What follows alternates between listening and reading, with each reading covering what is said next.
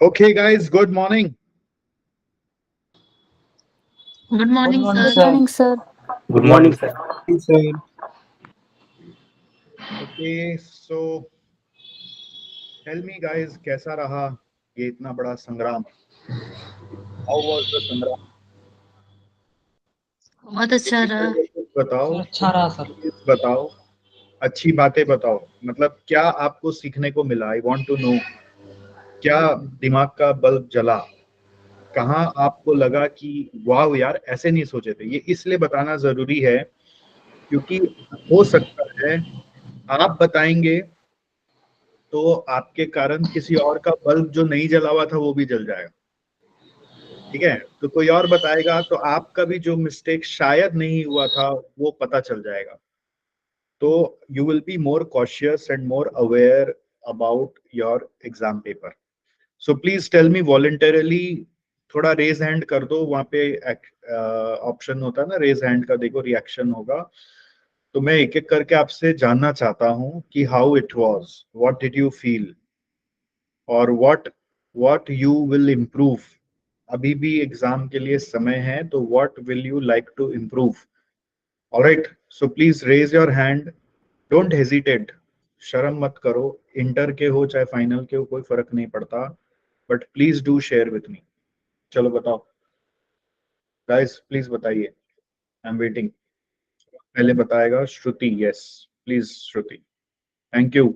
बाकी लोग raise hand करके रखो, सर अनुभव शेयर एक्चुअली करना है एग्जाम सबको। देते वक्त हाँ, एक सबसे मिनट, पहला तो ये फायदा एक मिनट, हुआ कि एक टाइम मिनट, मैनेजमेंट। एक मिनट। बाकी लोग प्लीज फटाफट रेज हैंड करो। सब कोई को बोलना है, सब कोई को बोलना है, जितना लोग बोलना चाहे। हाँ, रेज हैंड करके छोड़ दो। ओके, तो श्रुति आप पहले बताएंगे कि आप कौन सा एग्जाम देने वाले हैं अभी, और अब उसके बारे में बताएंगे कहाँ से हो आप और कौन से यस शहर से हो ये भी बता दो। सर, मैं सीएमए इंटर का देने वाली हूँ और आई एम फ्रॉम बिहार गया। ओके। तो मैंने सारा मॉक टेस्ट अटेम्प्ट किया। तो उसमें मुझे सबसे ज्यादा ये बेनिफिट हुआ कि सबसे पहले तो टाइम मैनेजमेंट। जैसे लेंदी पेपर में होता क्या है कि सबसे प्रॉब्लम टाइम मैनेजमेंट में ही हो जाता है। हम्म, तो लास्ट टाइम में ये पता चल रहा है कि टाइम मैनेजमेंट हम किस तरह से कर सकते हैं। अगर कोई क्वेश्चन नहीं आ रहा है तो हमको उस पर ज्यादा टाइम डिवोट नहीं करना है कि नहीं मुझे नहीं आ रहा है तो मैं उसी को पहले कंप्लीट करूंगी तब मैं आगे बढ़ूंगी। तो उसको छोड़कर पहले अगर प्रैक्टिकल नहीं आ रहा है तो थ्योरी पे जाओ। मुझे सबसे ज्यादा वो फायदा हुआ क्योंकि कॉस्ट में मेरा क्या हुआ कि दो क्वेश्चन नहीं आ रहा था, बट मैंने दोनों थ्योरी अटेम्प्ट किया और मेरा फुल मार्क्स अटेम्प्ट अचीव हो गया। Very good, super, thank you. तो थैंक ये यू। लेसन सबको ध्यान रखना है और आप ये लिख लीजिए प्लीज गाइस। अभी हम लोग ऐसे 10-15 मिस्टेक्स पे बात करेंगे, ठीक है? तो ये बहुत काम का इंफॉर्मेशन था जहां पे इन्होंने बोला कि सर मेरे को, हम लोग है ना कई बार रिवेंज लेते, रिवेंज। ये क्वेश्चन मेरे से नहीं होगा, कैसे नहीं होगा, मैं छोड़ूंगा नहीं इस क्वेश्चन को किए बिना। और वो क्वेश्चन आपका टाइम लेके डूब जाएगा। ठीक है, तो वो क्वेश्चन मतलब क्या बोलता है, वो क्वेश्चन अंदर से आवाज देता है, हम तो डूबेंगे सनम, और भी दूसरे क्वेश्चन को लेके डूबेंगे। तो ये ध्यान रखना है कि आपके साथ एग्जाम में ऐसा ना हो। ऑल राइट, थैंक यू श्रुति। और कौन बताएगा? जल्दी जल्दी प्लीज आप लोग। थोड़ा सा मतलब अच्छे बच्चे बनोगे, थोड़ा सा स्मार्ट बनोगे। यस, अनंत माधव, सर बढ़िया। हाँ म्यूट सर। रखिए अपने आपको। हाँ, बहुत नॉइज आ रहा है ना, खिड़की बंद करके आओ। एक सेकंड सर। गवर्नमेंट में कैसे बात होता सर ओके। है, नॉइज आ रहा है पीछे। Hello sir. हाँ, अब ठीक है, अब बोलो। हाँ सर। सर मेरा नाम अनंत है। मैं सीएमए फाइनल का एग्जाम दूंगा, ओल्ड सिलेबस का। हाँ, हाँ तो सर आपका जो एग्जाम हो इससे मुझे ये फायदा हुआ कि मतलब कौन से चैप्टर मेरे वीक है और कौन से स्ट्रॉन्ग है ये मुझे आइडिया लग गया। जैसे एग्जाम्पल दो थोड़ा सा।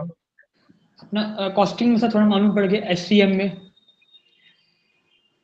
एससीएम हो गया। एससीएम में अपना जैसे कि नेटवर्क चैप्टर थोड़ा वीक है मेरा, नेटवर्क डायग्राम चैप्टर। पट कैसे सीपीएम वाला। पता चला? ये चीज पता कैसे चला कि ये वीक है? मतलब जब जब एग्जाम में जब सम्स कर रहे हैं अगर वो बन जा रहा है तो मतलब ठीक हाँ हो जाएगा, और अगर नहीं बन पा रहा है मतलब उस पर थोड़ा ध्यान देना पड़ेगा। Yes, yes. मतलब अगर आप मतलब 2 तो मिनट उसको ये चीज पहले नहीं पता चल रहा था आपको? नहीं सर, मतलब एक्चुअली आपका पहले मैंने एग्जाम उतने नहीं दिए थे। तो ऐसे जब खुद से नहीं पता था कि ये चैप्टर वीक है या ये पोर्शन वीक है? नहीं सर, मतलब उतना आइडिया नहीं लग पा रहा था। Very good. तो अभी ऐसा एक और चीज आपको जस्ट प्रिकॉशन बता देते हैं। बहुत बच्चे इसको नेगेटिवली ले लेते हैं, अरे अभी इतना लास्ट मोमेंट पता चल रहा है वीक है, अब मैं क्या करूंगा, मैं तो कहीं का नहीं रहा। ऐसा नहीं सोचना है। उसके ऊपर रिवीजन वीडियोस जो यूट्यूब में है वो देखना है, कुछ इंपॉर्टेंट क्वेश्चंस करने का कोशिश करना है, या फिर अगर वो कवर अप नहीं कर पाओ तो पंगा नहीं लेना एग्जाम हॉल में उस क्वेश्चन से। ऑप्शन में निकालना है, लास्ट ऑप्शन बना देना है उस क्वेश्चन को फर्स्ट ऑप्शन नहीं बनाना है। ठीक है सर। तो ऐसे मतलब स्ट्रेटेजिकली आपको अब पता चल गया कि ये मेरा कमी है, तो हम कमी पे जाकर एग्जाम हॉल में कूदेंगे नहीं। समझ गए? अगर हाँ हमको सर। टाइम मिला अभी तो मेकअप कर लेंगे, नहीं हो पाया तो हम उसको साइड करके चलेंगे। सर लेकिन मेरा डाउट में ये आ रहा है कि अपना कोई एमसीक्यू जो थोड़ा आपको थोड़ा हार्ड आ जा रहा है अगर कोई एग्जाम में एमसीक्यू, तो उससे थोड़ा मतलब मन में डर लग रहा है कि आगे का पेपर कैसा होगा। तो डरने का नहीं है ना, वो क्वेश्चन को प्रिपेयर कर लेना, एमसीक्यू याद हो गया अब तो, डरने का कोई काम नहीं है। नहीं, स्टार्टिंग में जैसे अपना अपना जैसे टैक्स था उसके आपका एमसीक्यू। मतलब ये है कि थोड़ा एमसीक्यू पढ़ाई करना पड़ेगा। ठीक है सर। ये रियलाइजेशन होना है कि एमसीक्यू पे थोड़ा, अभी मैं बताऊंगा आज क्या क्या करना है आपको, तो वो हम्म। आपको नोट करके रखना है कि मेरा इस सब्जेक्ट में एमसीक्यू की तैयारी अच्छे से नहीं हुई है।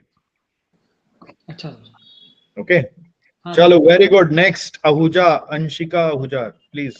कहाँ से हो आप? अच्छा, आनंद कहाँ से था? सर सर मैं हावड़ा से हूँ। हावड़ा से? तो हावड़ा मैंने कलकत्ता से, ठीक है हाँ चलो। मतलब क्रिकेटर। हाँ जी, अंशिका। Good morning sir. मैं गुड मॉर्निंग। सासाराम बिहार। कहाँ से हो आप? सासाराम बिहार। सासाराम। सासाराम एक ऐसा जगह है, आप लोग को बता देते हैं, जो बोला जाता है एजुकेशन सिटी ऑफ इंडिया। मालूम है क्या? नहीं, यहाँ तो नहीं कहते। आप सासाराम में रहते हैं, आपको नहीं पता? सासाराम में तो वो होता है ना, रेलवे स्टेशन पे बच्चा जाके पढ़ता है। हाँ, आईएएस का प्रिपरेशन। ठीक है, रेलवे स्टेशन पे जाके बच्चा लोग पढ़ता है। उसका यूट्यूब में वीडियो मिल जाएगा, खोजना जाके। रोज शाम को रेलवे स्टेशन पे भीड़ जमा होता है और बच्चे वहां पे बैठ के पढ़ते हैं। This is the Sasaram city of our India. चलो very good. Yes Anshika. Sir 1.5 days में रिवीजन कैसे करना है ये मतलब पता लग गया। कौन सा कैसे? चैप्टर पहले करना है, कौन सा बाद में करना है। हाँ, कौन सा पहले करना है, कौन सा बाद में करना कौन सा है? मतलब लेंथी चैप्टर है। तो ये चीज कैसे पता लगा आपको? मतलब क्या रियलाइजेशन क्या हुआ अंदर में, आत्मा कब बोली कि ये चीज करना पड़ेगा? थोड़ा और बताओ डिटेल में। सिटिंग कॉस्ट एफएम का था, तो उसमें कैपिटल बजटिंग ज्यादा टाइम ले लेगा, cost of capital come time ले रहा था। तो इसमें पता लगा कि कैसे किस सीक्वेंस में करने की जल्दी हो जाए और जैसे एग्जाम प्रीवियस एग्जाम क्वेश्चन भी सॉल्व हो जाए। गुड। तो ऐसा आपने वो सीक्वेंस कैसे बनाया, मतलब ये सर मेरा। पहले cost of capital, capital theories छोटे चैप्टर्स हैं हाँ। तो वो हो गया। देन जो रेशियो एनालिसिस है वो, जो उसकी थ्योरी है, लास्ट में कैपिटल बजटिंग करना है क्योंकि हाँ। पहले वो ज्यादा टाइम खींच लेगा। एंड देन कॉस्ट का भी बहुत बड़ा है। जैसे? स्टैंडर्ड कॉस्टिंग तो बहुत बड़ा है सर। हाँ। उसके बाद वो अलग, फर्स्ट सेकंड मार्जिनल है, ट्रांसफर प्राइसिंग, उसमें भी एक एब्जॉर्प्शन कॉस्टिंग का भी है, वो भी बड़ा है। और जैसे लर्निंग कर्व छोटा हो गया, ओके। वैसे वैसे सीक्वेंस में बांटने के, इतने चैप्टर कॉस्ट एफएम के पहले करने हैं, इसके बाद में करने हैं। उसमें बहुत प्रीवियस साथ साथ सॉल्व करना है। बहुत अच्छा, बहुत अच्छा। देखो ये सेल्फ रियलाइजेशन, इसको बोलते हैं सीखना। जब खुद से आत्मा बोलती है ना कि ये करना है, ये नहीं करना है, that means there you have learned. अब मैं बोल देता हूँ और वो आप कर, मैं जो बोल दूंगा ना, आप करोगे नहीं करोगे, आपको पता नहीं उसका इम्पोर्टेंस क्या है, बट आपको जब खुद रियलाइज होता है तो यू डू बेटर। किसी का सुन के बेटर नहीं करता इंसान। जब लर्निंग जो होती है ना, एक होती है learning by listening, learning by taking classes, दूसरी लर्निंग होती है जिसको हम लोग बोलते हैं लर्निंग बाय एक्सपीरियंस। एक्सपीरियंस मतलब खुद से महसूस करके सीखता है जो इंसान, वो कभी नहीं बोलता है। ठीक है, इसलिए हम लोग क्लास में ही बोलते थे SGG करो, स्टार्ट करो, गलत करो, गंदा करो, सम्स बनाओ, देखो आपसे होता है कि नहीं होता है, and then learn by experience. तो ये काम आपको एक्सपीरियंशियल लर्निंग प्रोवाइड कर रहा है। Very good, I am very very happy. तो ये सब कोई नोट कर लेगा। ठीक है, अच्छा दो चीज है, कैपिटल बजटिंग और ये क्या कहते हैं, कैपिटल बजटिंग और व्हाट डू यू से स्टैंडर्ड कॉस्टिंग, ये इंटर में भी है, फाइनल में भी है। राइट, इंटर दोनों में है, फाइनल में भी आता है, इंटर में भी आता है, और दोनों में चैप्टर बहुत बड़ा है। ठीक है, तो ये बड़ा चैप्टर के लिए क्या स्ट्रेटजी हो सकती है, ये वाला बड़ा चैप्टर के लिए स्ट्रेटजी क्या हो सकती है? ठीक है, ये मेरा क्वेश्चन है। तो ये बड़ा चैप्टर का स्ट्रेटजी होता है, सिर्फ आपको मेथड्स जो है ना, उसके जो मेथड्स हैं या जो स्पेशल ट्रीटमेंट है, बस उतना ही देखना है, एक एक सवाल नहीं बनाना है, क्योंकि वो इतना बड़ा है, पॉसिबल ही नहीं है। और कोशिश करना है फटाफट कि स्टैंडर्ड कॉस्टिंग में सारा फॉर्मूला मटेरियल का याद है कि नहीं, लेबर का सारा याद है कि नहीं, ओवरहेड का सारा याद है कि नहीं, और कोई कोई सब में जो स्पेशल केस है, वो स्पेशल केस आपके दिमाग में बैठा हुआ है कि नहीं बैठा, उसका अगर प्रैक्टिस पहले किया हुआ है तो एग्जाम में हो जाएगा, उससे ज्यादा उसको समय नहीं देना है। ठीक है, सम सॉल्व करने पे हम लोग नहीं जाते हैं, ये दोनों प्रैक्टिस ओरिएंटेड। एग्जाम में प्रोसेस ध्यान रहा तो हम कोशिश करेंगे स्टेप बाय स्टेप करने का, आंसर आ गया तो वेरी गुड है। ओके, चलो नेक्स्ट, पारक। परख, क्या पूरा नाम आपका? गुड मॉर्निंग सर, मेरा नाम परख है, सीए में इंटर का स्टूडेंट हूँ, गया बिहार से। बिहार से? या सर, गया सर। गया, हाँ सर। वेरी नाइस, बोलिए। सर पहले तो ये पता लग गया कि थोड़ा कॉन्फिडेंस आ गया सर, जहाँ थोड़ा पैनिक मोड में था पहले। कॉन्फिडेंस क्या आया ये तो बताओ। सर जैसे पेपर को कैसे प्रेजेंट करना है और मतलब कैसे, ये सर पता लग गया। क्या क्या पता लगा, थोड़ा और अच्छे से बता यार। सर जैसे सजेस्टेड आंसर का कैसे ये रहता था, मतलब पैटर्न कैसा था लिखने का, और सर कैसे मार्क्स अटेन किया जा सकता है, सर ये पता लगा। कौन से क्वेश्चन में कहाँ पे पता चला, चैप्टर नेम, क्वेश्चन नंबर, ऐसे कोई सर अंदाज, मतलब स्पेसिफिकली नहीं बताना है। सर जैसे एफए में पता लगा कि कहाँ पे और वर्क करना है मेरे को।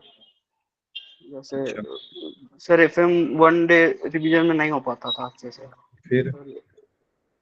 और सर कॉस्टिंग में वही स्टैंडर्ड कॉस्टिंग वगैरह, सर लास्ट डे कैसे रिवीजन करना है ये पता लगा। वेरी गुड, चलो गुड, वेरी नाइस। और सर बड़ा हाथी को कैसे छोटे छोटा करके खाना है पीस में, सर ये पता लगा। ये कैसे पता चला? सर समरी नोट्स बना के। राइट, समरी नोट सेशन जब हम लोग कराए थे, बहुत सारे लोग, आप लोग आए थे उसमें, बहुत सारे लोग नहीं आए थे, उसमें मैंने बोला कि एक हाथी को खाना है तो कैसे खाओगे, एक बार में उठा के हॉप करके खा जाओगे, पॉसिबल ही नहीं है, टुकड़ा टुकड़ा करके खाना पड़ेगा। तो टुकड़ा टुकड़ा करके जब हाथी खाने का सोचते हो तो एक ही तरीका है, वो समरी नोट्स। समझ गए? समरी नोट्स टीचेस अस कि कैसे बड़ा चीज को कैप्चर करना है। अच्छा, कितना लोग समरी नोट्स बनाया है यहाँ पर?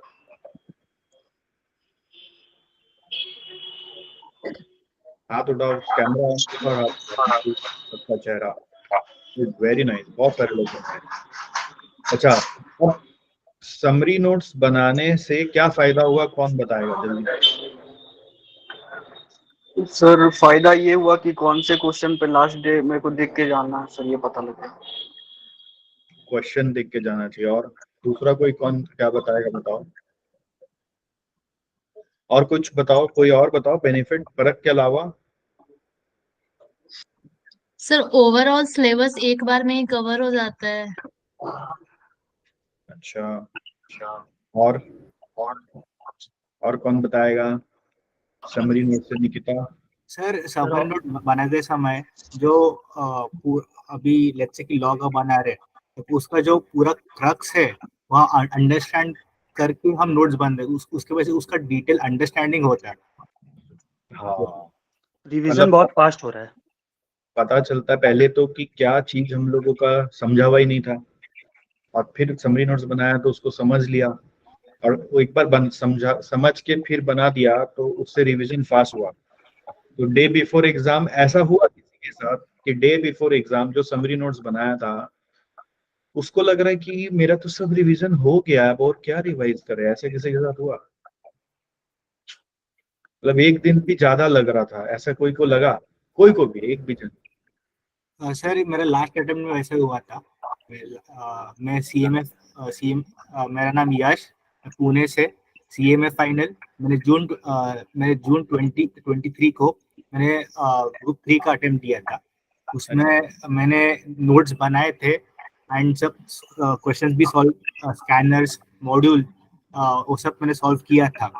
एंड तब ऐसा लगा था कि ये पढ़ाई हो गया, पर तभी भी एग्जाम नहीं निकला। एग्जाम नहीं निकला? वो एग्जाम हॉल में क्या गड़बड़ किया वो नहीं पता चल रहा है अभी, वो आपको मॉक टेस्ट से कुछ एक्सपीरियंशियल लर्निंग होगा ना तो पता चलेगा। बट मैं आपको वो पूछ रहा हूँ, समरी नोट्स बनाने से ऐसा हुआ कि आपके पास मतलब आपका रिवीजन पूरा हुआ और आराम से आप एग्जाम देने गए बिना टेंशन? ऐसा किसी के साथ हुआ?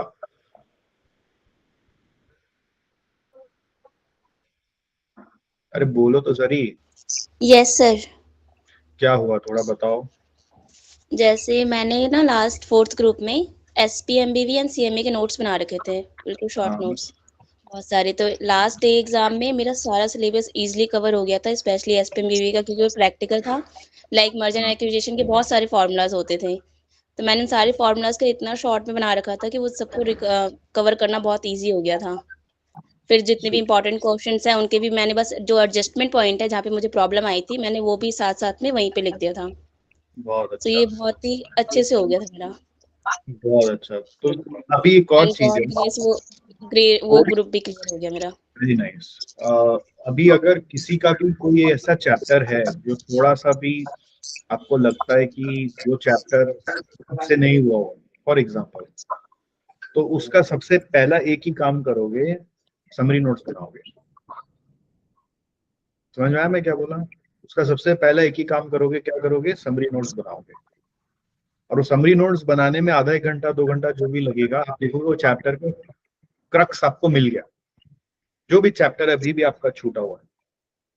और ऐसा आधा एक दो चैप्टर ही होगा एट दिस मोमेंट, तो कोई छूटा हुआ नहीं है।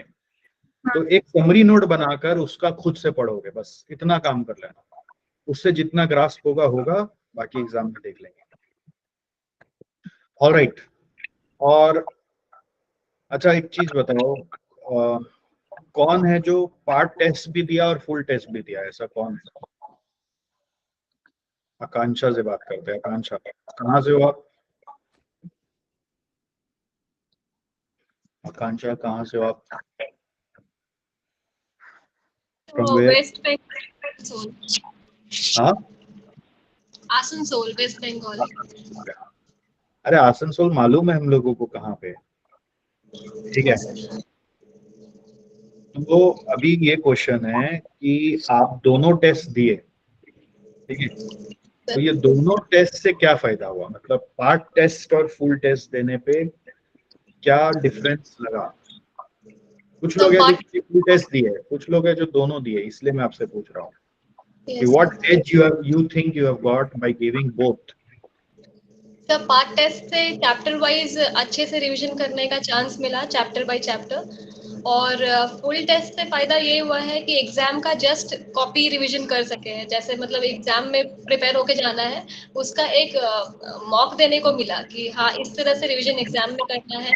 और किस तरह से चैप्टर वाइज रिवीजन करेंगे, कौन सा चैप्टर पहले रिवाइज हो रहा है, जल्दी हो रहा है, उसको जल्दी करना है, कौन सा चैप्टर में टाइम टेकिंग है, उसको मैनेज करना है थ्रू समरी नोट्स। तो ये सब का एक बहुत बढ़िया आइडिया हुआ है कैसे रिवीजन करना है। क्योंकि हमेशा ऐसा होता है कि कुछ ना कुछ रिवीजन छूट जाता है, भले ही नोट्स मेरे पास रेडी हो। तो एग्जाम में उसका बहुत नुकसान होता है क्योंकि जस्ट रिवाइज नहीं कर पाए एक दिन पहले। तो इससे अभी क्या हुआ है कि आइडिया मिला है कि कौन सा चैप्टर को किस तरह से रिवाइज करना है ताकि कुछ छूटे ना, पढ़ा हुआ है पहले वो भी ना छूटे। तो ये बहुत बेनिफिट है इसका। ऐसा होता है क्या, दोनों पार्ट और फुल देने से एकदम बहुत ज्यादा स्ट्रेस हो जाता है, ऐसा है क्या?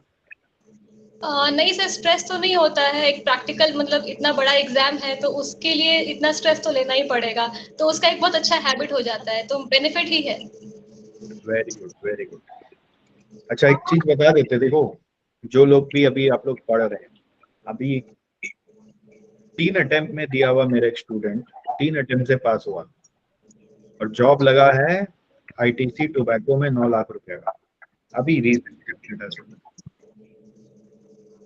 तो ये डिस्करेज मत रखना अपने अंदर कि अटेम्प्ट लग गया तो मेरा जॉब नहीं लगेगा, ये सोचना ही मत, पहला चीज। और दूसरा, इस कोर्स का वैल्यू देखो, पहला जॉब ही 9 लाख, ठीक है? वैल्यू सोचो, अपने आसपास लोगों को देखो कि 21 साल 22 साल या जो भी आपका उम्र है उसमें कुछ एक्सेप्शनल लोग होते हैं, उसको मत कम करो, बट बाकी लोगों को देखो जो लोग ये कोर्स नहीं कर रहे हैं। वो मान लो आपका जो स्ट्रगल है उसका रिवॉर्ड क्या है, और फिर एक बड़ी कंपनी में आपका जॉब लग रहा है, बड़ी कंपनी में, आईटीसी जैसी कंपनी में, वेदांता जैसे कंपनी में। So lot of advantages are there. अगर आप उस फ्रूट को देखोगे ना, उस फ्रूट को, ये फ्रूट मेरे को मिलने वाला, आपको ये स्ट्रगल उसके सामने कुछ नहीं लगेगा। अगर वो फ्रूट नहीं दिखता है तो ये स्ट्रगल जो दिखता है अगर, तो स्ट्रगल में फंस जाओगे, ठीक है? एक मुकेश अंबानी का एक बहुत फेमस कोट मेरे को बहुत अच्छा लगता है कि if you focus on your goals will become bigger and bigger, easier and easier, and if you focus on your struggle will become bigger and bigger. तो तुम किस पे फोकस कर रहे हो? तुम्हारे गोल के सामने तुम्हारा स्ट्रगल कुछ नहीं है, इतना बड़ा गोल है, स्ट्रगल कुछ नहीं है, इतना सा है। Don't fear about your struggle, don't focus on the struggle at all. मतलब कुछ नहीं है, ये तो मेरे को जो रिवॉर्ड मिलने वाला है that is unimaginable.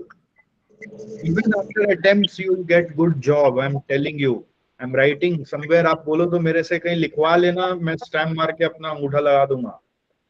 Satish sir ने ऐसा बोला है कि मेरा जितना भी अटेम्प्ट लग जाए मेरे को बहुत बढ़िया जॉब मिलने वाला है, तो ये होगा आपके साथ। तो don't worry about your results and all. Result का डर से ना आदमी परफॉर्म नहीं कर पाता है।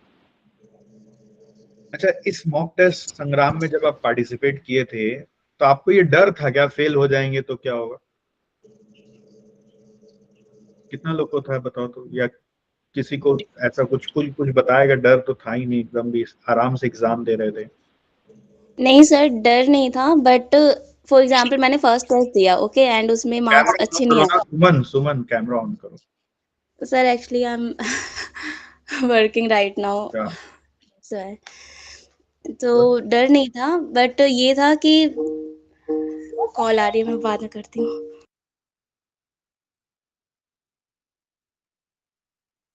चले गए। दूसरा जन बताओ, शिवांगी।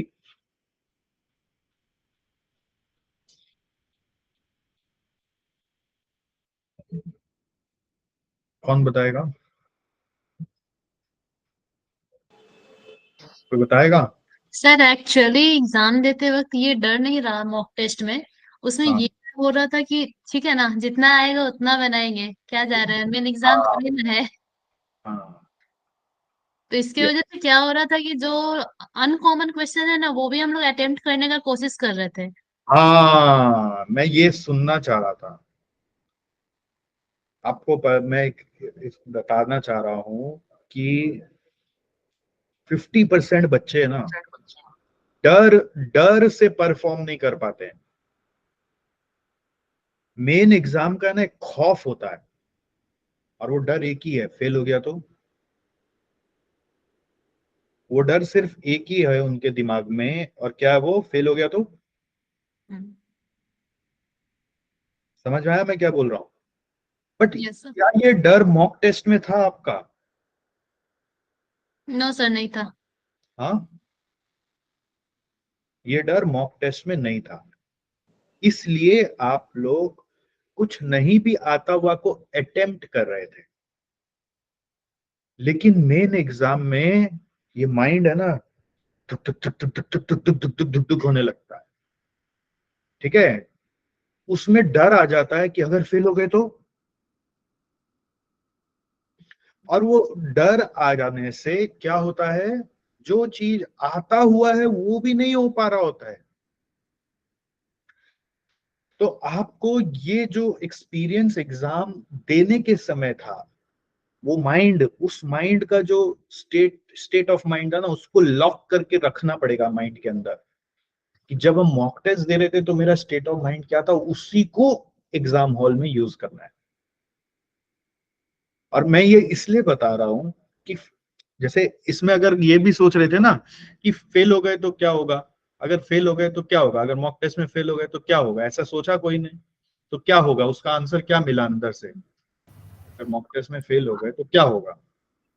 कुछ नहीं जिस होगा, वजह से फेल हुए थे उस पे वर्क करेंगे। पे वर्क करेंगे। तो ये थॉट प्रोसेस आपको रखना है अपने मेन एग्जाम में। फेल हो गए तो कुछ नहीं होगा, ऐसा नहीं मेरा घर वाला मेरे को बाहर निकाल देगा, ऐसा नहीं कि मेरे दोस्त मेरे को जिंदगी से बेदखल कर देंगे, ऐसा नहीं कि कोई कंपनी मेरे को लेगा नहीं।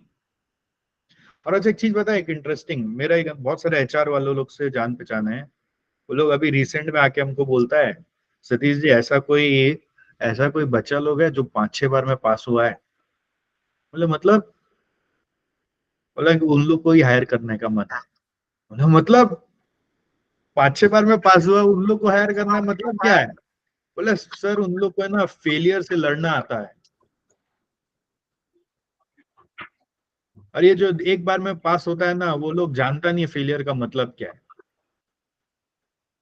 तो हमारा कंपनी का जो बॉस है वो बोल रहा है ऐसे लोगों को लाओ जो अपना हार के सब कुछ जीता है। सोचो, ये रियलिटी है। आपको जो रियलिटी दिख रहा है वो डिफरेंट रियलिटी है, असली रियलिटी तो जो वहां पे बैठा है वो जानता है ना। तो आपकी वैल्यू कभी नहीं कम होगी, ये ध्यान रखना। एक एग्जाम आपका वैल्यू नहीं डिटरमाइन करता। आपको ये ध्यान रखना है कि आपको एग्जाम जैसे आपने मॉक टेस्ट दिल खोल के दिया है, उसी तरीके से दिल खोल के अपना मेन टेस्ट देना है। फेल होने का डर 1% भी रहा तो वो आपका एग्जाम खराब कर देगा, ठीक है? एकदम जब भी हल्का सा भी डर आए। अच्छा, किसी को भी डर लगा था? चलो ये बताओ, किसी को भी डर लगा था? सच बता, नो सर, डर नहीं लगा था। झूठ बोल रहा है कोई? हाँ सर मेरे को लगा तो था। क्या हुआ, डर को फिर काबू कैसे किया, डर से जीता क्या? सर जैसे कि हम तो सी और सट के बच्चे, आपको तो जानते ही कितने जल्दी जल्दी सिलेबस खत्म किया। उसके बाद मैं तो एग्जाम देने ही नहीं वाला था, आपने कन्विंस किया कि ऐसे ऐसे करो हो जाएगा। तो इसमें क्या हुआ था कि प्रॉपर तो रिवीजन नहीं हुआ था, और जो देखा था मतलब पलट पलट के वो कैलकुलेटर पे सॉल्व करके, फिर उसके बाद क्या हुआ कि हम अटक रहे थे एग्जाम में भी अटक रहे थे। जैसे थ्योरी अच्छे से नहीं हुआ था, फिर कुछ कुछ एमसीक्यूज में तो बहुत अटके हैं, और जो साम्स आता था एकदम 100% एक्यूरेसी के साथ आया है। ये रियलिटी चेक मिल गया कि किधर किधर मेरा लैक है, उसको इम्प्रूव कैसे करना है, और किधर किधर अच्छा एकदम प्रॉपर है 100%, उसको थोड़ा बहुत देख लेंगे एग्जाम के आगे तो हो जाएगा। ये मतलब मेरे को कॉन्फिडेंस बिल्ड हो गया कि मेरे को एग्जाम देना चाहिए। हाँ, मैं ये पूछ रहा हूँ, अगर डर आया, क्वेश्चन मेरा ये था कि डर आया तो उस समय क्या किया? उसमें क्या डर आया तो उसको ही मतलब डर को ही कॉन्फिडेंस में बनाने के लिए एग्जाम दिया, मतलब पर जो मेरा क्वेश्चन आप समझे नहीं, बात आपने सब अच्छा बोला, लेकिन फिर भी मेरा क्वेश्चन ये है कि जैसे मैं डर गया, आज मेरे को लग रहा है कि आज मेरे को कुछ नहीं आता है और मेरे को मन नहीं कर रहा अभी एग्जाम देने का, मेरा हाथ पांव ठंडा हो गया है, हाथ में लग रहा है, माइंड है ना ब्लॉक हो गया, लग रहा है मैं सब भूल गया हूँ। ठीक है, शिवर हो रहा है, बॉडी शिवर हो रहा है, ऐसा किसी के साथ हुआ था क्या? Yes sir. Yes sir. तो उस समय क्या किया, एग्जाम नहीं दिया कि एक्चुअली एग्जाम भी कोई दिया? दिया था, नहीं दिया था। फॉर एग्जाम्पल मैंने ना जब ऑनलाइन एग्जाम हुए थे तब मैंने ग्रुप 4 में CFR का एग्जाम दिया था। तो उसमें जो क्वेश्चन पेपर आया था मेरा ऐसा हो गया था, मुझे कुछ आता ही नहीं है, बस एक क्वेश्चन आता था, उसके अलावा मुझे कुछ नहीं आता था। फिर ऐसा लग रहा था। बट फिर मैंने क्या किया, फॉर एग्जाम्पल जो क्वेश्चन आता था वो तो मैंने कर लिया, और जो नहीं आते थे उनके लिए मैंने क्या किया, जैसे कैसे हम स्टार्टिंग में समझते हैं कि फॉर एग्जाम्पल ये क्वेश्चन है तो उसके एक एक स्टेप को क्या वो मांग रहा है, क्या क्या क्या गिवन है, नहीं, उसके मेरा अकॉर्डिंग। चलो वो आपने प्रोसेस जो लगाया वो बहुत अच्छा किया। मेरा एक और क्वेश्चन है, जब डर लगा कि अब मेरे को हाँ कुछ आता ही नहीं है, ठीक है, एक ही क्वेश्चन आता है, अब मेरा क्या होगा, वो जो अंदर में अपने आप से आदमी बात करता है मोटिवेट करने के लिए, तो वो क्या आपने अपने आप को बोला जिससे कि आप वापस नया क्वेश्चन को पिक करके ट्राई करने लगे? वो क्या बोला आपने अपने आप को? यही कहा, अब तो भाई कूद चुके हैं, अब तो अब पीछे जाने का मतलब ही नहीं बनता। याद देखो, अगर नहीं करेंगे तो भी फेल होंगे, कर लेंगे, इससे बेटर है कि ट्राई करके ही करें, जो होगा देखा जाएगा। एटलीस्ट अपनी तरफ से ये रिग्रेट तो नहीं होगा कि यार ट्राई करना चाहिए था, ट्राई क्यों नहीं किया। राइट। वो रिग्रेट बहुत गंदा है। और कोई तो कुछ बेटर है बताए? अपनी एनीवन तरफ से एल्स? करो। Anyone else? कुछ और कोई सर बताएगा? एक्चुअली चांदनी? ये मेरा लास्ट एग्जाम था CMA एक इंटर मिनट का रुको, ग्रुप 2 छुट्टी, का। दूसरा कोई और को बोलने दो, चांदनी को बोलने दो। और भी लोग कोई बोले, मैं चाहता हूँ। यस, बोलिए चांदनी। गुड मॉर्निंग सर, मैं रांची झारखंड से हूँ। ओके।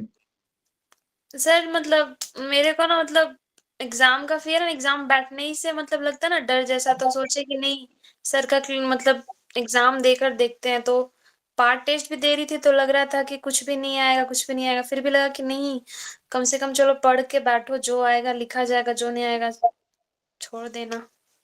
फिर मतलब थोड़ा एक बिल्ड कॉन्फिडेंस हुआ कि नहीं मतलब करना चाहिए, मतलब एक रास्ता दिखा कि हाँ ऐसे ऐसे पढ़ो, इतने इतने दिन में पढ़ो। नहीं तो पढ़ रहे थे तो लग रहा था कि ये चैप्टर लगे हुए हैं, मतलब समझ आया था। इस बार थोड़ा लग रहा है कि हाँ पढ़ा है मैंने, तो गुड। थोड़ा कॉन्फिडेंस लग रहा है एग्जाम को लेकर, लेकिन डर भी है। देखो ये डर जो है ना, ये डर को, फेल का डर नहीं रखना है, लेकिन हाँ, कहीं ना कहीं वो मन में रहता ही है ना, क्योंकि इतना अटेम्प्ट लगता है। अटेम्प्ट तो बात अलग, लेकिन एक लगता है ना घर में भी प्रेशर, क्या कर रही हो, कब हाँ, निकलेगा, कितना टाइम और लगेगा, do you have option B for this, अगर ये नहीं करना तो और क्या करना है। ये सवाल को बंद करना पड़ेगा। यही मैं आपको बोल रहा हूँ, माइंड है ना, सवाल पे सवाल फेंकते रहेगा बीच बीच में। जैसे ही आपको देखोगे पेपर टफ आ गया ना, ये माइंड बहुत बदमाश है अंदर में, ठीक है, अंदर में एक बहुत बदमाश माइंड है।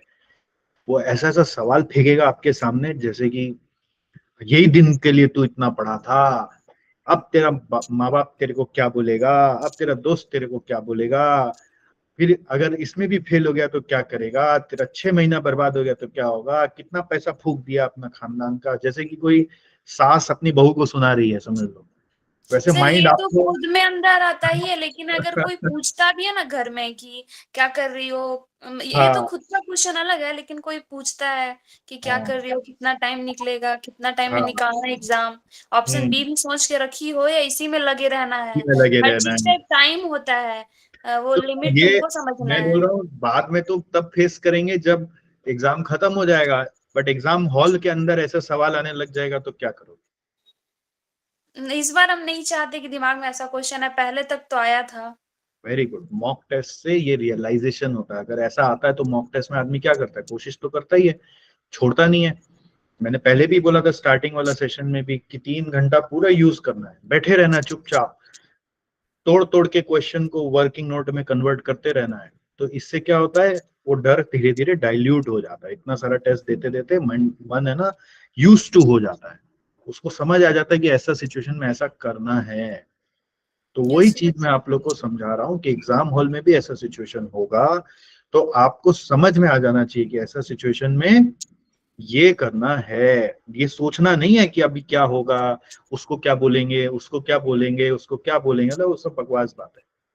उस समय क्या करना है, डीप ब्रीदिंग करना है और मन को शांत करना। डीप ब्रीदिंग करने से क्या होता है, वो पीछे से जो बोलना है वो बंद कर देता है एक बार, और उसके बाद क्या करना है, उसके बाद फोकस करना है कि जो आ रहा है भी उतना तो करें। फिर ये नहीं सोचना है कि अटेम्प्ट दे दिया मैं फेल हो गया तो फिर अटेम्प्ट लग जाएगा तो क्या होगा और वैल्यू बढ़ जाएगी, ऐसे सोचना है। और जो पता है वो सर मेरे नेगेटिव साथ चीज क्या बोलेगा, दिक्कत है ना कि नेगेटिव बोलेगा तो पॉजिटिव बोलना है, जो नेगेटिव बोलेगा वो पॉजिटिव बोलना है, उसका उल्टा बोलना है, और अच्छा होगा और अच्छा होगा। सर मेरे साथ क्या दिक्कत है ना, जैसे प्रैक्टिकल क्वेश्चन बनाती हूँ ना मैं एग्जाम में, मतलब आया भी तो बना रही हूँ, तो बना के लगता है क्या चांदी तुमने सही बनाई है, जितना तुम बनाई तुमको इतना में भी मार्क्स मिलेगा कि तुम फिर से वही करने वाली है। मतलब बना के भी खुद पे डाउट होता है कि सही है ना। तो उसका ना उसी क्वेश्चन का आंसर भी बोलना स्टार्ट करो, सुनो मत खाली। इससे पता क्या चल रहा है, आप है ना वो ऐसे पर्सनालिटी हो कि जैसे सोचो कि आपकी सास आपको बोलते रहेगी, आप चुपचाप बहू बन के सुनते रहेंगे। मतलब एक एग्जांपल दे रहा है, आपको कन्फ्रंट करना है। कन्फ्रंट करना मतलब सामना सामनी करना है। अरे तुम ऐसे कैसे बोला, उसका जवाब पलट के अपने आप को देना है, नहीं मैंने जो बनाया वही सही है, क्वेश्चन रॉन्ग है। ऐसा कुछ जवाब खोजना पड़ेगा कि मैं जो करती हूँ वो करेक्ट करती हूँ, मेरे को कम से कम जो भी हो पास मार्क तो मिलना ही मिलना है। तो उसका जवाब अंदर में बनाना पड़ेगा और उसको शांत करना पड़ेगा। ठीक है, तो ये शांत नहीं करोगे ना तो ये और हावी हो जाएगा आपके ऊपर। शांत करना है, ये बहुत इंपॉर्टेंट लर्निंग है मॉक टेस्ट का। मैं एक छोटा सा सबक आपको देना चाहता हूँ। एक मेरा स्टूडेंट था, बहुत अच्छा पढ़ने में, बहुत अच्छा, हर क्लास में हर आंसर सबसे पहले देने वाला, हर होमवर्क करने वाला, और हर ट्रिकी क्वेश्चन का आंसर सबसे पहले बताने वाला। और जब एग्जाम आता था वो ये सोच के, उसका घर में ना परिस्थिति उतना अच्छा नहीं था, इसलिए उसको लगता था कि उसके ऊपर पूरा परिवार डिपेंडेड है, उसका उससे ही आस लगा रखा है कि कभी कुछ करेगा और हम लोग का परिवार का कुछ चेंज होगा। तो जब एग्जाम आने लगता था डर के कारण उसका तबीयत खराब हो जाता था, उसको लूज मोशन, उसको बुखार, उसको मतलब पढ़ने का दिल नहीं करता था। और ऐसे वो 3 अटेम्प्ट खराब कर दिया। चौथा अटेम्प्ट में मिला मेरे को कहीं दूसरा जगह पर, क्या बच्चे संकोच से फिर मिलने भी नहीं आते, तो मेरे को कहीं दूसरा कहीं फंक्शन में मिल गया। तो मैं पूछा भाई क्या चक्कर है, तो बोला कि अरे सर ऐसा ऐसा हो गया। तो मेरे को भैया बोलता है अरे भैया ऐसा ऐसा हो गया। मैं बोला अरे तुम बोला ही नहीं एक बार भी, बोला हिम्मत ही नहीं हो आपको, क्या बोले नहीं बोले, सामना सामने नहीं कर पा रहा है। तुम उसको मॉक टेस्ट का सलाह दिए, 5 पेपर, मतलब तुम आंख बंद करके 5 पेपर देने के बाद मेरे को फोन करेगा। फोन तो करने का हिम्मत नहीं हुआ, इतना बड़ा मैसेज लिख के भेजा, इतना बड़ा, पढ़ते पढ़ते 15 मिनट लग जाए, इतना बड़ा मैसेज लिख के भेजा वो मेरे को, जैसे कि 2 घंटा बैठ के टाइप किया होगा तो एक मैसेज बना होगा। उसमें वो अपना एक्सपीरियंस बताया कि आज तक वो कितना गलती कर रहा था, और उसका डर खाली एक ही चीज में अटका हुआ था कि ये नहीं हुआ तो क्या होगा, वो नहीं हुआ तो क्या होगा। उसको सारा चीज सामने में मिल गया। और पता है उसी टर्म वो एक ग्रुप एग्जाम दिया, एक ग्रुप पास हुआ, और अगला टर्म फिर एक ग्रुप दिया, पास हो गया, सीए बन गया। सीए का स्टूडेंट था, सीए बन गया, जॉब लग गया, पूरा परिवार को आज जो जो एक्सपेक्टेशन था उससे ज्यादा कर रहा है। तो वो आपका एक छोटा सा डाउट आपको कितना बड़ा जोखिम में डाल सकता है, आप वो सोचो। तो मॉक टेस्ट आपको बहुत बड़ा हेल्प की तरह मिला है, उसके एक्सपीरियंस को लॉक करना है। ठीक है, तो let's come back. Thank you for so much of participation and giving me all the answers. अब थोड़ा फटाफट आपको की पॉइंट्स आगे का बता देते हैं। अब देखो एग्जाम के लिए कितना बाकी है समय आपको मालूम है, सिर्फ गिन के 10 दिन है, 10 दिन भी पूरा बाकी नहीं। तो ये अब जो लास्ट पार्ट है, अब देखो ये मेरा और आपका ना लाइव इंटरेक्शन बोलकर ये लास्ट लाइव इंटरेक्शन है। अब हम लोग कुछ हुआ तो 1-2 वीडियो यूट्यूब में डालेंगे, बट आपको मेन लाइव इंटरेक्शन में ये मेन लास्ट मिल रहा है। बाकी तो ये वीडियो यूट्यूब में भी हम लोग शेयर करेंगे, जिससे कि स्टूडेंट्स को, बाकी लोग को भी बेनिफिट मिले इस इंटरेक्शन का। तो मैं ये बोलना चाह रहा हूँ कि अब ये 9-10 दिन है ना, सबसे पहला चीज देखो mind game, exam is a mind game. Mind को बहुत शांत रखना है, माइंड से डाउट्स नहीं आना चाहिए, माइंड से कोई सवाल नहीं आना चाहिए, और हर सवाल का सामना सामनी करना है, उसका आंसर खोजना है, और उसका आंसर अपने फेवर में बोलना है। अपने माइंड को समझाना है, नहीं मैं जो कर रहा हूँ ठीक है, नहीं हुआ तो क्या हो जाएगा। जो जैसे मॉक टेस्ट दे रहे थे, तो मॉक टेस्ट के समय कोई डर नहीं था, उस समय जैसे परफॉर्म कर पाए बिना डर के, उसी तरीके से बिना डर के यहाँ पे भी परफॉर्म करना है। जैसे मॉक टेस्ट दे रहे थे तो ये सोच रहे थे तो कि अगर नहीं हुआ तो कुछ नहीं होगा, क्या है मॉक टेस्ट ही तो है, उसी तरह से ये एग्जाम भी देना है, उतना ही हल्का माइंड से। ऐसे नहीं सोचना है कि यार मेरा तो होगा नहीं, मेरा तो होगा नहीं, तो मेरा क्या हो जाएगा। कुछ नहीं होगा तुम्हारा। तुम बहुत ऊंचे हो अपने इस एग्जाम से, तुम्हारी कोई पहचान खत्म हो जाएगी ऐसा एकदम मत सोचना। जितना अपने आप को कॉन्फिडेंट रख पाओगे, एग्जाम तुम्हारी जिंदगी का हिस्सा है, एग्जाम तुम्हारी जिंदगी नहीं है। एग्जाम में तुम नहीं हो, तुम, ये एग्जाम है और ये तुम हो ऐसा मत सोचना। तुम हो इतने बड़े और एग्जाम तुम्हारी जिंदगी का एक छोटा सा हिस्सा है। ये सोच के आपको एग्जाम देना है, तो आपका परफॉर्मेंस अपने आप बेटर होगा।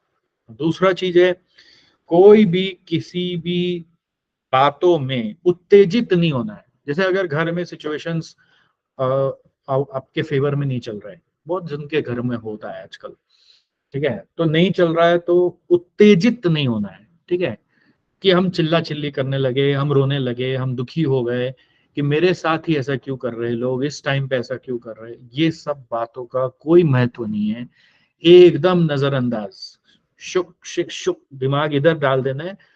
देखना है कि हम कैसे वहां पे हेल्प कर सके तो कर दिया, नहीं कर सके तो चुप रह गया, कोई थॉट्स नहीं, कुछ नहीं, अपना दिमाग को सिर्फ पढ़ाई पे लगा के रखना है। और घर वालों से हो सके तो ये सब चीजों पे बातें कर लेना। कई बार घर वाले नहीं सुनते हैं, अगर सुन जाए तो बहुत अच्छी बात है, मतलब परिवार का ही कल्याण होगा। अगर आप पास कर जाएंगे तो ऑफ कोर्स खाली अपना कल्याण थोड़ी ना करेंगे। तो ये घर वालों को भी समझा लेना कि हमको अननेसेसरी, आप भी जाके, अब खाना पसंद का नहीं बना, जबरदस्ती का चिल्ला चिल्ली, कोई घर आप पढ़ रहे हो कोई टीवी चालू कर लिया, चिल्ला चिल्ली, कोई आप पढ़ रहे हो कोई गेट नहीं खोल रहा है, चिल्ला चिल्ली, ठीक है। तो ये सब छोटा छोटा इश्यूज आपका बहुत समय खराब कर देगा, ठीक है, 1-2 घंटा खा जाएगा। Right, too much of mobile phone use नहीं करना है। मोबाइल फोन का टाइम फिक्स कर लेना है कि हमको यूज करना है तो इतना बजे से इतना बजे, शाम को इतना बजे से इतना बजे, नहीं तो टू मच यूज मत करिए। क्या होता है, कुछ मत करिए, सो जाइए, रेस्ट करिए। क्या होगा, मोबाइल से डेटा दिमाग में घुसते रहता है ना, तो माइंड है ना फिर कमजोर हो जाता है, पढ़ाई पे उतना ध्यान नहीं दे पाता। और इस सिचुएशंस में एक और, ये सब छोटा छोटा पॉइंट्स लिख लेना, क्योंकि ये आपको बाद में याद नहीं रहेगा। और ये सब बहुत महत्व रखता है पढ़ाई का स्ट्रेटजी के अलावा, ये माइंड स्ट्रेटजी बहुत जरूरी है।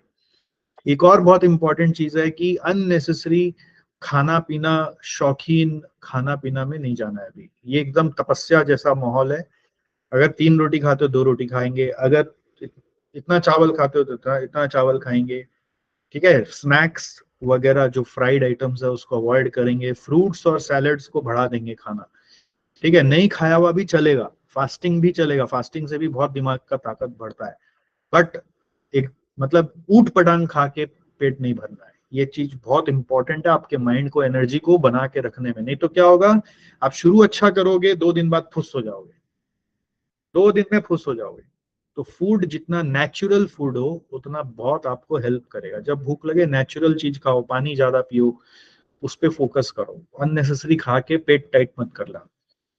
इसके अलावा अब लास्ट जो पढ़ाई करने का सिलसिला है, पढ़ाई करने के लिए देखिए, आपको इतना दिन से जो मैं गाइडेंस दे रहा था उससे समरी नोट्स आपका बन चुका है, ठीक है। तो समरी नोट्स मतलब हर सब्जेक्ट का ना एक अलग वो बना दोगे, क्या बोलते हैं, सेट, हर सब्जेक्ट का सेट बना दो।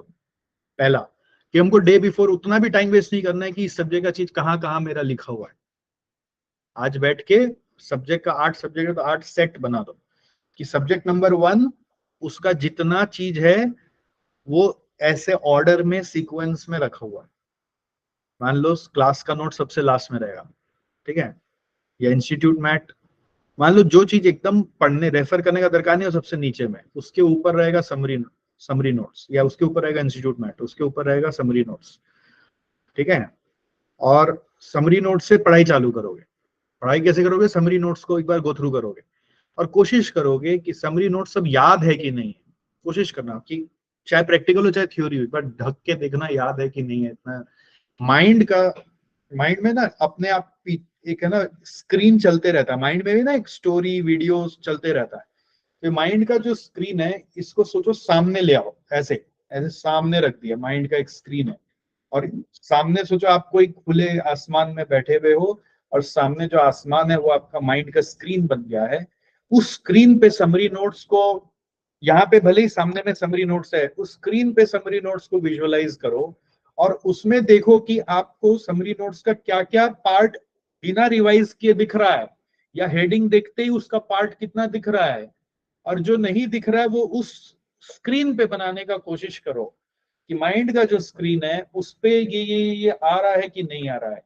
और जब वो आने लगेगा तो आप समझ जाना वो मेमोरी में छप चुका है, और एग्जाम हॉल में जब वो क्वेश्चन आएगा आप देखना माइंड अपने आप वो पिक्चर चालू कर देगा, आप वहां से देख देख के सम्स बना रहे होंगे।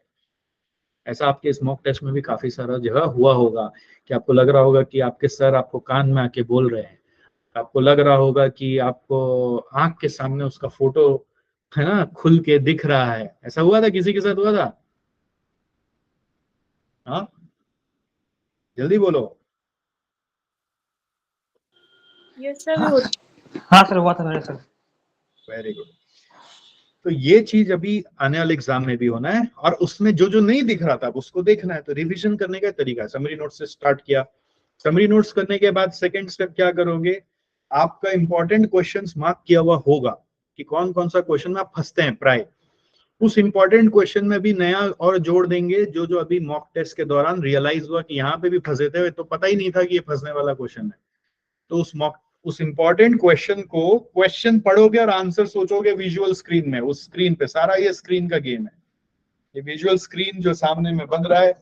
जैसे सोचो कि मेरे सामने भी एक स्क्रीन है, तो मेरे को कोई का जरूरत नहीं है, मैं तो बस ऐसे स्क्रीन पे सारा चीज देख रहा हूँ, ये हो रहा है, मूवी देख रहा हूँ, मेरा एग्जाम का मूवी देख रहा हूँ। दिमाग में ऐसा फोटोग्राफिकली छप जाएगा ना कि आपको कोई हिला ही नहीं सकता है।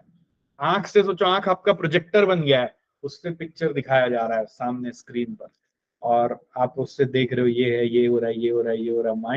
माइंड में वो चीज ऐसे घुमाना है। और अच्छा ये वाला क्वेश्चन था, हाँ फिर स्क्रीन पे देखना है, ऐसे नहीं कि यही देखना है। अगर नहीं छप रहा है, स्क्रीन पे नहीं देख रहा है, तो यहाँ देखने के बाद फिर स्क्रीन पे डाल देना है कि चाहे स्क्रीन में हाँ ये था, ये था, ये करना है, करना है, करना है, करना है, करना है। अपना हैंडराइटिंग याद आएगा या फिर इंस्टीट्यूट मैट याद आएगा, कुछ तो तुमको याद आएगा। तो वो इस तरह से वो इंपॉर्टेंट क्वेश्चन का लिस्ट को थोड़ा सा बैठ के अपडेट कर लोगे अभी, ठीक है। और उसके बाद थर्ड लेवल पे क्या करोगे, जितना इंस्टीट्यूट मैट में एमसीक्यू दिया हुआ है, ठीक है, और अगर ओल्ड सिलेबस है तो एमसीक्यू बुकलेट इंस्टीट्यूट की तरफ से रिलीज हुआ है, वो एमसीक्यू को 2 बार करना है, एक बार से नहीं होगा। बहुत बच्चे एमसीक्यू प्रिपेयर नहीं करते हैं, वो बोलते हैं एमसीक्यू तुम एग्जाम हॉल में ट्राई करेगा, बट आपका एमसीक्यू बेटा 30 मार्क्स का है, 30%, तो उसको तो टाइम देना पड़ेगा ना। तो कुछ कुछ एमसीक्यूज थोड़े एब्सर्ड से होते हैं, इंस्टीट्यूट का आंसर के हिसाब से मैच करना पड़ेगा। कुछ कुछ एमसीक्यू जो होता है वो आपको लॉजिकली क्लिक कर जाएगा। तो एक बार पढ़ोगे एमसीक्यू तो कुछ कुछ क्वेश्चन आपको लगेगा वो नया है, जो नहीं हुआ या कुछ अजीब सा आंसर है, तो उसको सर्कल कर दोगे।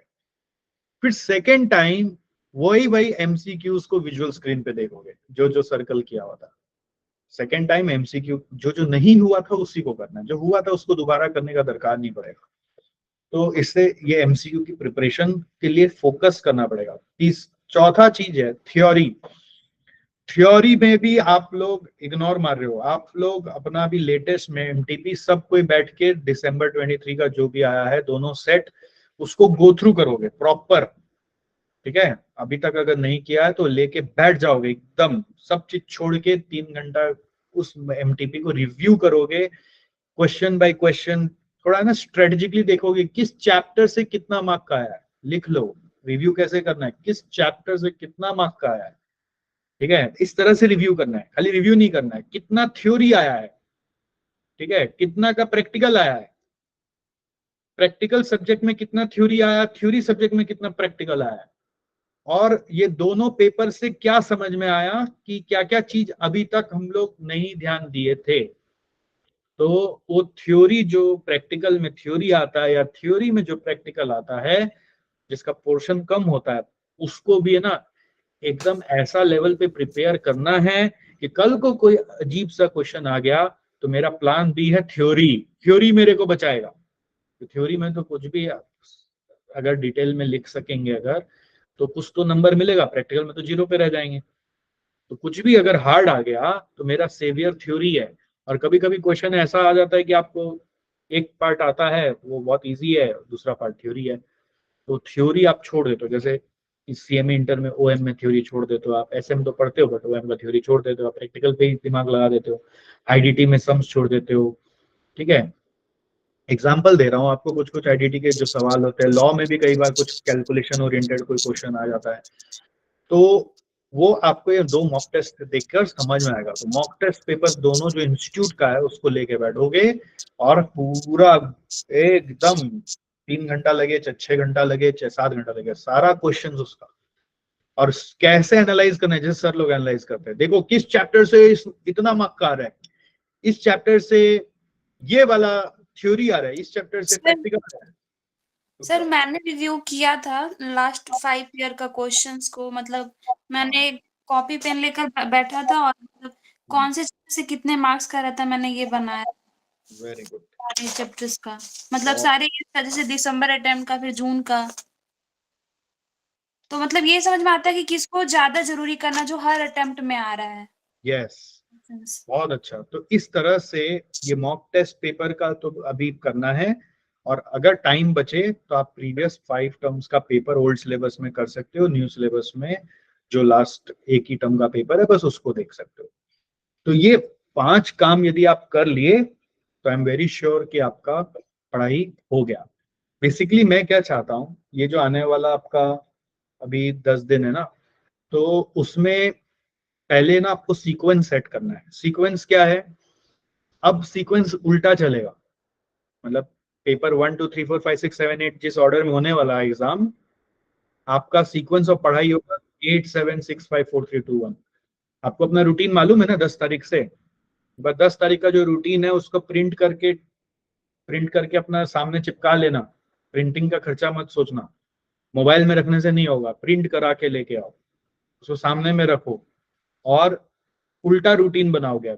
लास्ट पेपर अभी आज पढ़ोगे, जिसका एग्जाम लास्ट में वो आज पढ़ोगे, जिसका एग्जाम सेकंड लास्ट में वो कल पढ़ोगे।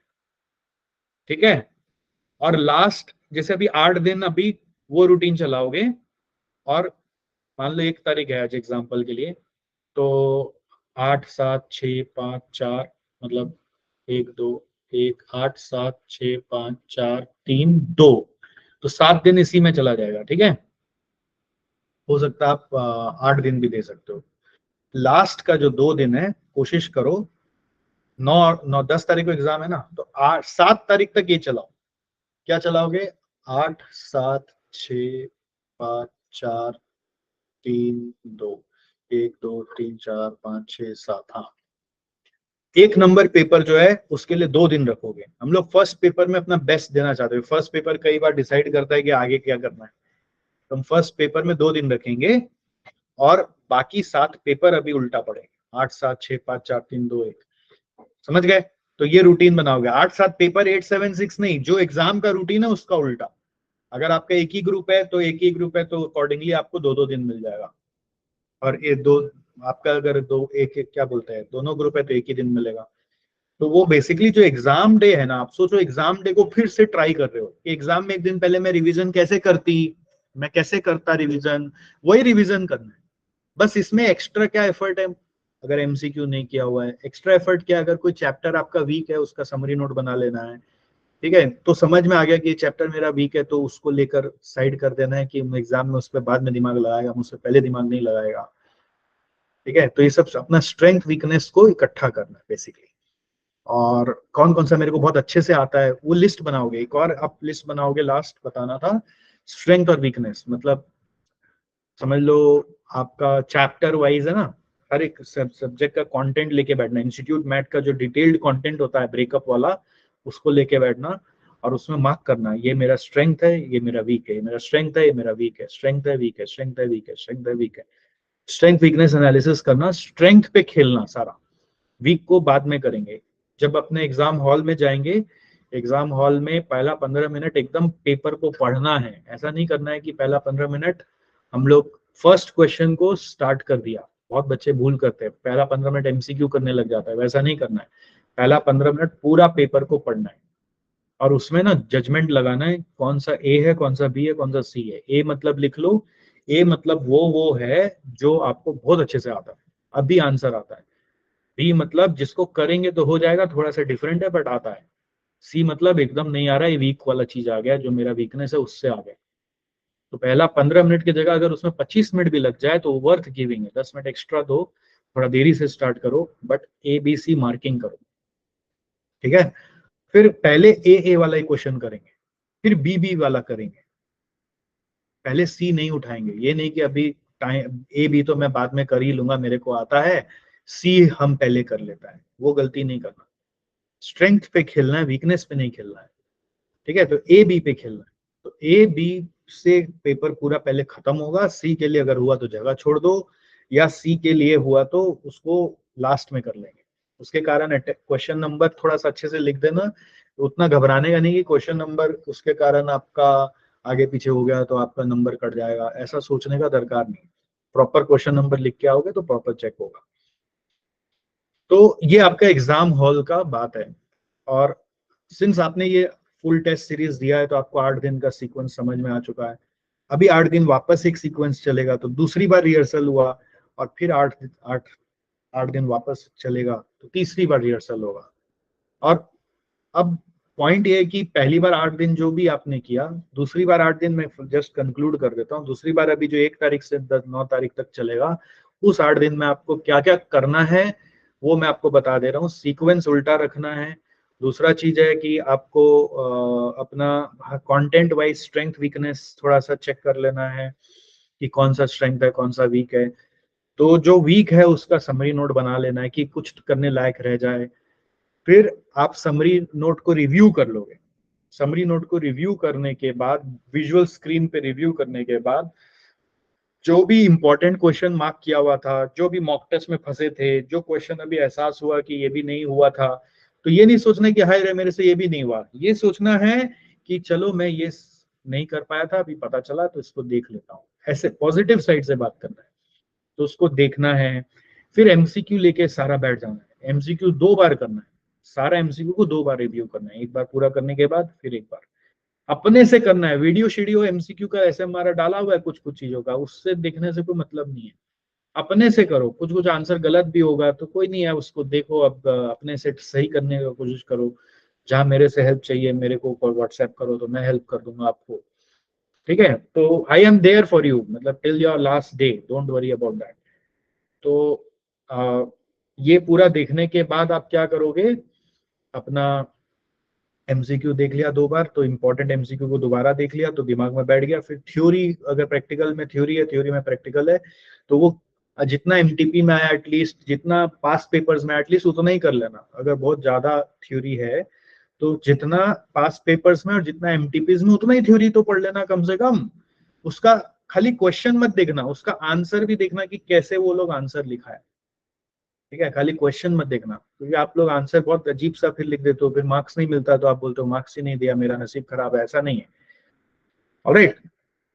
तो इतना ही बताना है मेरे को, और अब कुछ पॉइंट मेरा तो नहीं है। अब आपका कोई सवाल है तो आप पूछ सकते हो। और अब और ज्यादा है ना, नॉइज में नहीं जाना है, ध्यान रखना। अननेसेसरी वीडियोस, दूसरा नोट्स, अभी कोई नया नोट्स नहीं होगा, नो मोर नया नोट्स। हाँ, मैं आपको एक जरूर इंटर वालों को दिव्य जड़ी बूटी एक बुक दिया हूँ OM का, MA का दूंगा, FM का दूंगा, MA और FM का भी दूंगा, ठीक है। SFM का already CMA final new syllabus वालों को दिया हूँ। ओल्ड सिलेबस वालों के लिए कुछ और नया कंटेंट नहीं है, ठीक है। जो है पुराना उसी को देखना है। हाँ, दिव्य जड़ी बूटी बेसिकली क्या है, जो मॉक टेस्ट पेपर है और जो पास पेपर है उसका कॉम्पाइलेशन है। अगर वो देखा हुआ है तो बहुत अच्छी बात है, नहीं देखा हुआ है तो उसको तो ऐसे भी देखना पड़ेगा। उसके अलावा और कोई, देख रहा हूँ ना भी लास्ट मोमेंट पे मेरे पास क्वेरी आ रही है, बच्चा कोई भी टेलीग्राम से कोई भी और टीचर का नोट्स निकाल रहा है और उसको सॉल्व करने लग जा रहा है, वो चीज नहीं करना है। सिर्फ रेलिवेंट चीज, जैसे कि इंस्टीट्यूट्स का जो मॉक टेस्ट पेपर है, पास पेपर है, ठीक है, बस उसी पे फोकस रहेगा हमारा। अगर वो नहीं किए तो वो करना है, और कोई दूसरा नॉइज पे एकदम नहीं जाना है, इधर उधर की बातों पे नहीं जाना है। दिमाग को ठंडा रखना है, एकदम फ्री माइंड से एग्जाम देना है। जितना माइंड फ्री होगा उतना पास होने का चांस आपका ज्यादा है। कोई क्वेश्चन है तो पूछिए। एक क्वेश्चन है सर। बोलो सर, रिवीजन, अभी जो रिवीजन करेंगे हम लोग फॉर 8 days, कितना टाइम देना चाहिए प्रॉपर? 8 घंटा या 6 घंटा या 12 घंटा? अरे जब तक आपको संतुष्टि ना हो, ऐसा कोई उसका डिफाइंड टाइम नहीं है। अभी जब रिवाइज करोगे तो आप सुबह से रात तक पढ़ो। 2:30 से 5 का जो टाइम है ना, जो एग्जाम का टाइम है, उसको यूज करो पेपर सॉल्विंग पे, और बाकी टाइम जितना पढ़ सकते हो पढ़ो। मतलब आपको तो बेस्ट करना है ना, आपको कवरेज देखना है कि पूरा मेंटल स्क्रीन पे आया कि नहीं आया, हर चैप्टर का समरी नोट्स हुआ कि नहीं, हर चैप्टर का जो इंपॉर्टेंट क्वेश्चंस था उसका मेंटल स्क्रीन पे काम हुआ कि नहीं, फिर आपका एमसीक्यू कवर हुआ कि नहीं।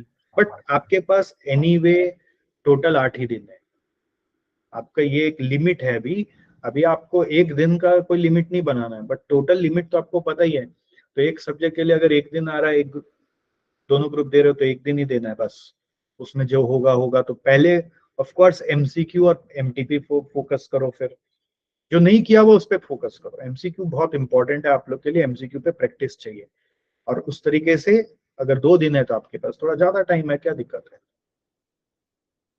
Thank you sir. सर हाँ बोलिए। सर ये जो स्कैनर से कर सकते हैं प्रीवियस ईयर का क्वेश्चन पेपर का प्रैक्टिस? देखो अभी मेरा सजेशन है कि आप पेपर उठा के करो, ठीक है, क्योंकि पेपर से समझ आएगा, स्कैनर से समझ नहीं आता कि कौन सा क्वेश्चन किधर है, किस टर्म में कितना मार्क का आया, किस चैप्टर से, वो एनालिसिस नहीं होती है। Okay sir. एनालिसिस करते करते पढ़ो कि देखो ओल्ड सिलेबस में तो बहुत प्रेडिक्टेबिलिटी है, क्वेश्चन नंबर भी फिक्स्ड है चैप्टर वाइज। हम लोग यूट्यूब, हमारे टेलीग्राम में ना बहुत सारा पीडीएफ डाले हुए हैं, पास्ट पेपर एनालिसिस बोल के, आप उसको भी रेफर कर सकते हो। नहीं तो वैसा रेफर करके खुद से बना लो तो बहुत बेहतर है। Okay sir. Yes, any more questions? Sir last 2 term से एफएम का जो हम एमसीक्यूज है वो बहुत लेंदी आ रहा है, उसमें बहुत ज्यादा टाइम लग रहा है, जिसकी वजह से प्रैक्टिकल में थोड़ा टाइम का प्रॉब्लम हो रहा है, तो उसको कैसे मैनेज करेंगे? जब ऐसा पेपर आ जाए कभी भी जिसमें टाइम ज्यादा लग रहा है एमसीक्यूज में, तो एकदम ध्यान रखना कि उस पेपर में 80 मार्क का करेंगे, हड़बड़ाएंगे नहीं, कोशिश करेंगे कि 80 में 60 आ जाए। समझ गए? तो आप समझ जाना कि पेपर इतना हैवी आ गया है अभी, एमसीक्यू देख के लग रहा है, एमसीक्यू को तो छोड़ेंगे नहीं। एमसीक्यू का एक डिफाइंड टाइम है, आपको एक जनरल आइडिया दे देते हैं, जैसे यू शुड प्लान की 1.8 मिनट्स में आपको 1 मार्क करना है, ठीक है। 30 मार्क का एमसीक्यू है तो 54 मिनट्स टाइम है ना। समझ में आया आपको? एक बेंचमार्क एक लिख लो, 30 मार्क का एमसीक्यू है तो उसके लिए कितना मिनट टाइम है, 180 मिनट में 100 मार्क का करना है। 30 मार्क का एमसीक्यू के लिए ऐसे 54 मिनट्स टाइम है, it is a very good time. तो आप एग्जाम हॉल में एक और कर सकते हो, कोई एक स्टॉप वॉच ऑर्डर करके मंगा लो, स्टॉप वॉच लेके बैठ सकते हो। 54 मिनट्स में आपको 3 घंटे का ना एक वो स्टॉप वॉच काउंटडाउन में चालू कर देना, या फिर मोबाइल, डिजिटल मोबाइल, सॉरी अपना ये जो क्लॉक है, डिजिटल क्लॉक है, तो उसमें स्टॉप वॉच चालू करके एग्जाम दे सकते हो। कितना बजा उससे क्या लेना है, 3 घंटा में कितना मिनट बाकी है वो पता होना चाहिए। तो स्टॉप वॉच लेके एग्जाम में जाया जा सकता है, अलाउड है, ठीक है। सर डिजिटल वर्क नहीं एंटर करने दिया जाता? अच्छा नहीं करते हो तो पता नहीं मेरे को। तो अभी आप ऐसे, अभी आप प्रैक्टिस करके देखो ना कम से कम एटलीस्ट, कि आप जब मॉक टेस्ट पेपर करोगे तो कितना देर में एमसीक्यू कर पा रहे हो। तो आप ये एग्जाम हॉल में ध्यान रखना, 54 मिनट्स आपके पास टाइम है 30 मार्क्स का एमसीक्यू करने के लिए, तब तक कोई लेट नहीं हो रहा है। तो घबराने का बात ही नहीं है 54 मिनट्स लग गया तो। समझ गए? कोशिश करो कि उसमें 5 मिनट बच जाए, नहीं बच रहा कोई बात नहीं है। बट अगर लग रहा है कि 1.25 घंटा हो गया तो इसका मतलब अब 80 मार्क का ही करना है, और कौन सा छोड़ना है मैं देख लूंगा। बट ए बी सी पहले कर ही लिया था, तो सी छोड़ देना, फिर बी छोड़ देना, ए तो करके आना ही है। तो ये एक स्ट्रेटजी बहुत काम करता है। 100 मार्क नहीं हो रहा है तो 80 मार्क पे फोकस करो कि एटलीस्ट जो कर रहे हो सही कर रहे हो। टाइम बचेगा 1-2 मार्क के लिए कुछ भी और करेंगे। हाँ जी बोलिए। सर इस टाइम पे मैराथन देखना चाहिए या नहीं, मतलब या खुद से ही अभी जो टाइम है वो खुद से ही पढ़ना चाहिए? देखो अगर पूरा चीज पढ़ा हुआ है तो हो गया काम। मैराथन कैसे वर्क करता है, आप लोग बच्चे लोग कई बार गड़बड़ तरीके से यूज करते हो। हाउ टू यूज मैराथन, अभी इस मोमेंट पे आता है मैराथन, हम लोग अभी डालेंगे, अभी से ओएम का आज मैराथन डालेंगे। तो मैराथन जब आता है ना तो आप लोग सोचते हो सब चीज छोड़ के मैराथन ही करना है, ऐसा नहीं। आपको अपना स्ट्रेटजी मालूम है, ठीक है, तो वो स्ट्रेटजी के हिसाब से आपको अपना काम करना खुद से आ गया, आपका हो रहा है, तो मैराथन से आप जल्दी कर लोगे और बेटर करोगे। मतलब मैराथन नहीं चाहिए आपको, समझ गए? मैराथन आपको फिर नहीं चाहिए। बट अगर आपको लग रहा है यार घर में माहौल नहीं हो रहा, माइंड फोकस नहीं कर पा रहा, टेंशन हो रहा है, समझ में, जहां लग रहा है कि हाथ पैर ठंडे हो रहे हैं, टाइम वेस्ट हो रहा है, फोकस नहीं कर पा रहा हूँ, क्या करना है नहीं करना है, तो मैराथन ऑन कर लिया। और हमारा मैराथन में हम लोग है ना टाइम स्टैम्प कर देते चैप्टर वाइज, तो कोई चैप्टर में भी फंसा वैसे तो उस चैप्टर के ही देखिए। तो मैराथन मान लो, मैराथन के ऊपर निर्भर नहीं होना है, अगर नहीं हो रहा खुद से तो मैराथन का हेल्प ले लेना, समझ गए? तो मैराथन में अगर मान लो आपने अपने से समरी नोट्स देखकर सब चीज कॉन्फिडेंस में ले लिया तो बहुत अच्छी बात। अगर आपको लग रहा है कि यार ये समझ नहीं आया, हल्का में लिया हूँ, पता नहीं क्लियर नहीं है, मैराथन रेफर कर लो, समझ गए? कॉन्फिडेंस के ऊपर सारा चीज निर्भर करता है। अगर कॉन्फिडेंस नहीं आ रहा है तो मैराथन देखना पड़ेगा, कॉन्फिडेंस आ रहा है तो नहीं देखना है। जिस चीज में नहीं आ रहा उसी का देख लो, use it as a tool, don't depend on it 100%। जहां लगे कि मन नहीं लग रहा, दिमाग नहीं लग रहा, टाइम वेस्ट हो रहा है, जहां ऐसा महसूस हो टाइम वेस्ट हो रहा है, जबरदस्ती का मैं अपना समय खराब कर रहा हूँ, बस वहां पे मैराथन में शिफ्ट हो जाना है। समझ गए? Yes sir. Any more question? Sir FM का जो भी मतलब एमसीक्यू वगैरह है सर, पास्ट ईयर पेपर से अगर किया जाए तो वो इनफ है कि और कुछ करना होगा? इनफ का हम कुछ नहीं बोल सकते। इंस्टीट्यूट मैट और पास्ट ईयर पेपर का आप एक दोनों का ग्रिप लेके जाइए, आएगा तो बहुत अच्छी बात है, नहीं आएगा तो बहुत अच्छी बात है, ट्राई करेंगे। इनफ का डेफिनेशन नहीं है अपने पास कि किससे आएगा, तो इसलिए कोशिश तो वहां पे 2-4 क्वेश्चन करना पड़ेगा। वो कौन सा 2 क्वेश्चन होगा 4 होगा पता नहीं,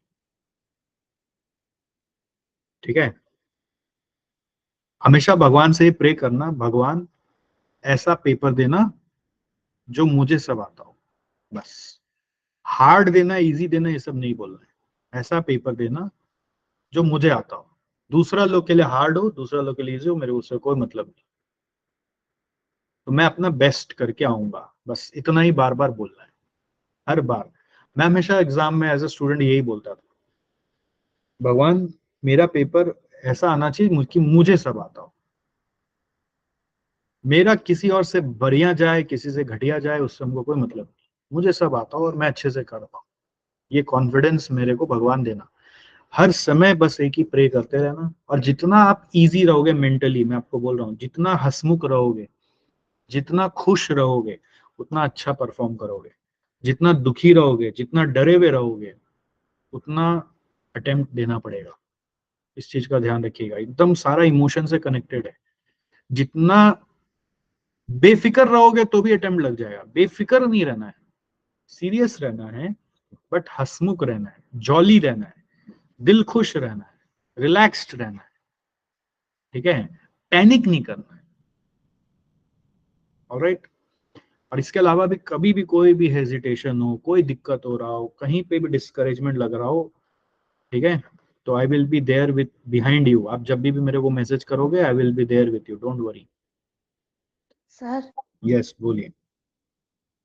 सर मैंने मॉक टेस्ट के लिए एनरोल किया था, बट 2 मॉक टेस्ट ही मैं दे पाई थी। पहला 2 पेपर का, जैसे एसएफएम एंड कॉस्ट का दिया था, कॉस्ट का भी पार्ट 3 नहीं दे पाया था। मेरा कुछ न्यूरोलॉजिकल इश्यू चल रहा है, तो उस वजह से मेरा स्टडीज में 2 टाइम से ब्रेक आ गया है। और इस टाइम भी एक मेरा राइट हैंड पूरा फ्रीज हो गया था, तो मैं एग्जाम नहीं दे पाई थी।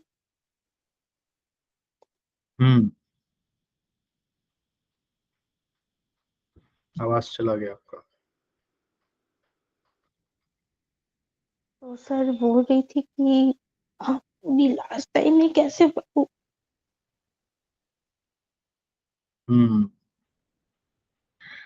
देखो, आप अलग से मेरे से बात करो, अभी मैं समझ नहीं पा रहा हूँ कि अभी आपको इन सबके सामने कैसे डील करूँ। आप मुझे व्हाट्सएप करो, I will talk to you. ठीक है सर। ठीक है, हाँ। Alright, so all the best dear students. और आपको एक हिंट दे देते हैं, आपके एग्जाम के बाद जो रिजल्ट तक का समय है उसको बर्बाद नहीं करना है। तो एग्जाम के बाद हम लोग फिर एक बार मिलेंगे यूट्यूब पे, हमने एक बहुत जबरदस्त एक स्पेशल कोर्स बनाया है आप लोगों के लिए, जो कि आपको आगे इंटर्नशिप में या फिर जॉब में बहुत हेल्प करेगा। वो कोर्स क्या है, उसका नाम है फाइनेंस प्रैक्टिकल ट्रेनिंग। जस्ट एक इंफॉर्मेशन की तरह मैं आपको देना चाह रहा हूँ। तो जैसे एग्जाम खत्म होगा आपको इसके बारे में इंक्वायरी करनी है। हम लोग 3rd वीक ऑफ दिसंबर से इसको स्टार्ट करें। So don't waste the time after your exam just waiting for results. So we have to do better and better and better, and something we have to add and add and add. All right. So make sure that you get to know about the course, and if possible join that course. So अभी उस पे focus एकदम नहीं करना है, अभी exam पे जाओ और एग्जाम के बाद वापस हम लोग मिलेंगे। तो जब भी मैं बुलाऊं आप आ जाना, और इसके अलावा यूट्यूब को फॉलो करना, और बहुत ज़्यादा नॉइज पे मत रहो, एकदम शांत रहो, मज़े करो, पढ़ो, एंजॉय करो। कोई भी सवाल हो मैं हूँ आपके लिए, ये ध्यान रखना। और आप लोग का जो पेपर है वो सब चेक हो रहा है। हम लोग टारगेट कर रहे हैं कि कमिंग वीक में, जैसे आज तो फ्राइडे हो गया, कमिंग वीक में ही बाय वेडनेसडे टारगेट करें कि सारा पेपर्स आप लोग को दे दिया जाए। ठीक है। और आप लोगों का एक रिपोर्ट कार्ड भी हम लोग बना रहे हैं, जो हो सकता है आपको भेजा जाएगा। ठीक है, कि क्या आपका अभी तक का प्रोग्रेस रहा है। Okay, bye bye, take care, all the best. Thank you sir. Thank you sir. Thank you sir. Pass होने के बाद मिलते हैं। ठीक है, चलो बाय बाय। Yes sir.